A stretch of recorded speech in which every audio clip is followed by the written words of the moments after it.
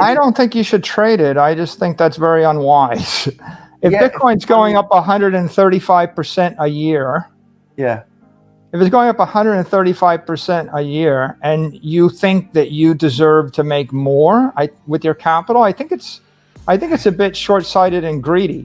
There's no other asset in the world that's going up 135% a year. So if you have two ways to do this, right? Maybe you think that you can out-trade everybody else, but I doubt you can.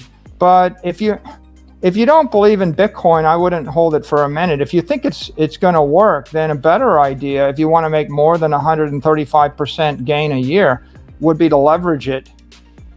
I mean, go borrow some money for 10 years against your car, your house, and then you'd be getting 260% a year.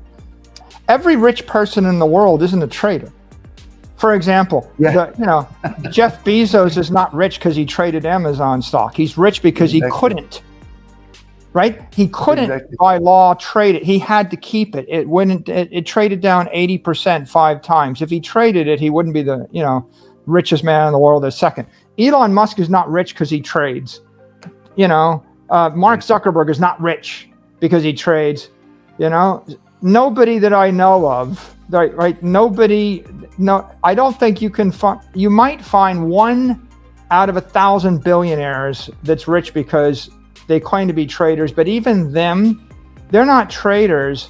Most of the people that you think are traders, they made all their money by raising pools of institutional capital and getting paid 2 and 20.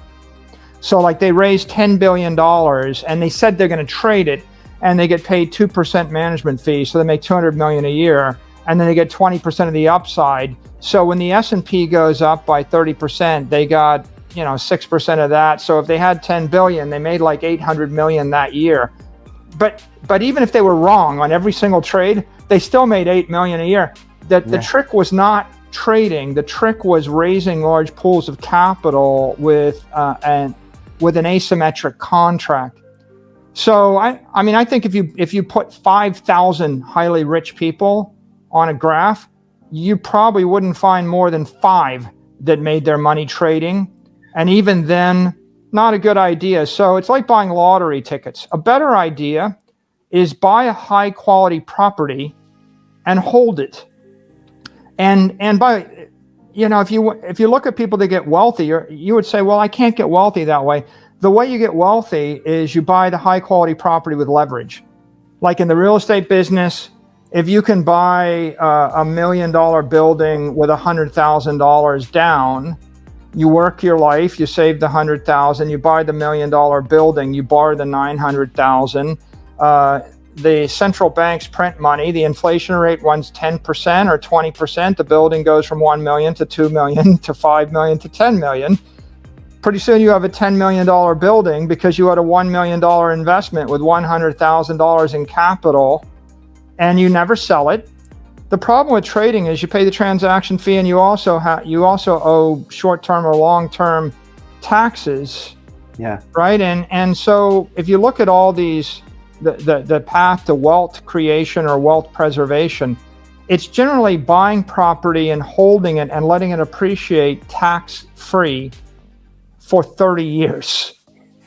Right. And you can't do that if you're trading. So if you look at all these things, like let's take Apple, Amazon, Facebook, Google. If you were trading them for the last 10 years, you would have made mistake after mistake after mistake. Okay, well, first you have to start with the observation that Bitcoin's the most efficient monetary network in the world. And so with some volatility, it's going to go up forever. It's just a question of what the volatility is. So if you buy any Bitcoin, you shouldn't store money in Bitcoin that you're not willing to hold for 4 years. And ideally, you take the portion of your money that you want to hold a decade, your savings, and you put that in Bitcoin and you just let it sit there for 10 to 100 years. And you never sell, ever, right? It's like owning the best block in your favorite city, and you're going to give it to your great-great-great-grandchildren. You just want to own it forever, right? And then another pool of money is for investment. So if you want to bet on a company, you make an investment.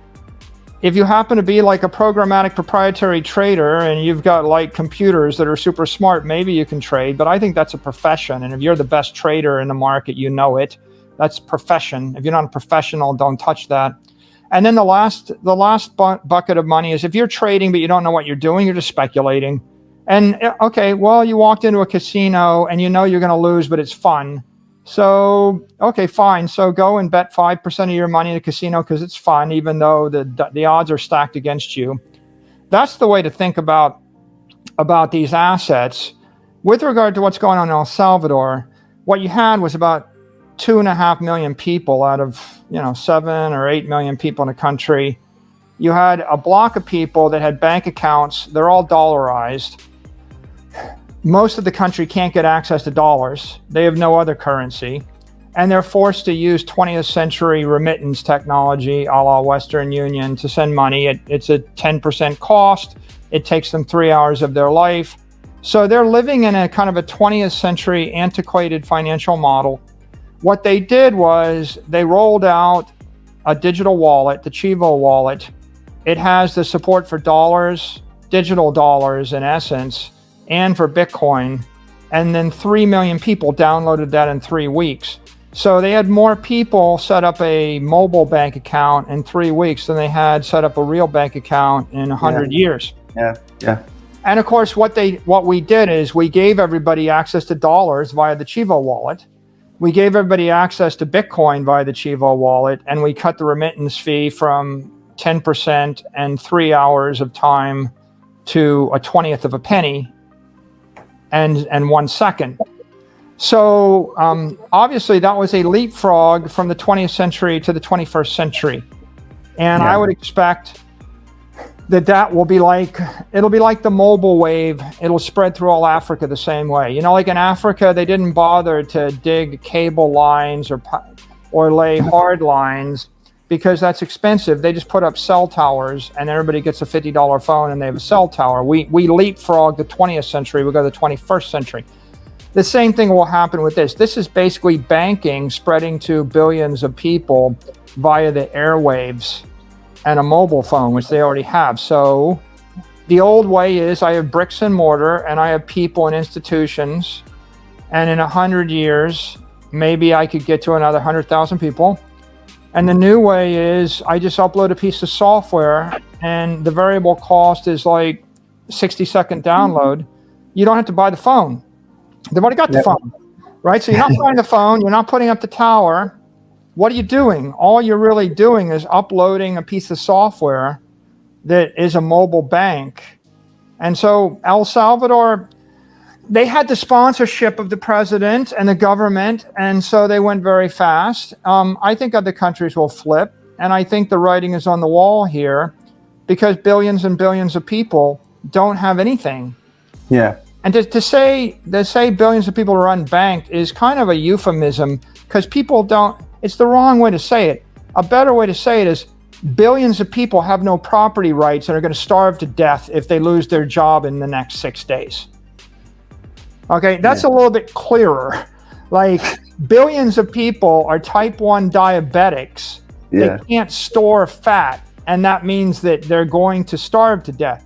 Billions of people have no property. If you have no property, then that means you work your entire life, and in the week or in the day when you stop working, you go hungry, and within 30 days, you'll be 30 to 60 days, maybe you'll be dead unless you're lucky enough to be overweight. And maybe you'll last 90 to 120 days. But you're living hand to mouth. Billions of people living in poverty hand to mouth because they have no property rights. Bitcoin is a technology to give people property rights everywhere on earth. So I think it's going to spread. It's pretty obvious it's spreading because how do you stop a virus that can spread at the speed of light for no variable cost that solves a problem that everybody on earth has?